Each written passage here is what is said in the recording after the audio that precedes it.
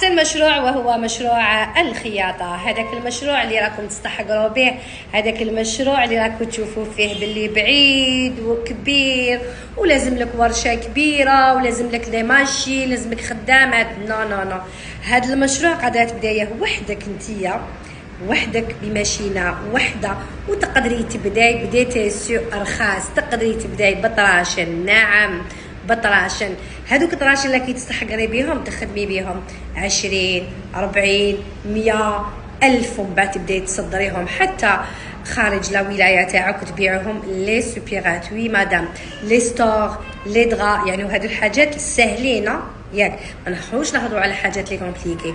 الوغ الحاجات لي كومبليكي اون بارلون با، يعني واش نقول لك يا اختي العزيزه، خذي رايي والله العظيم. نوضي بركي مرقاد وتفنين، ونوضي خدمي على روحك.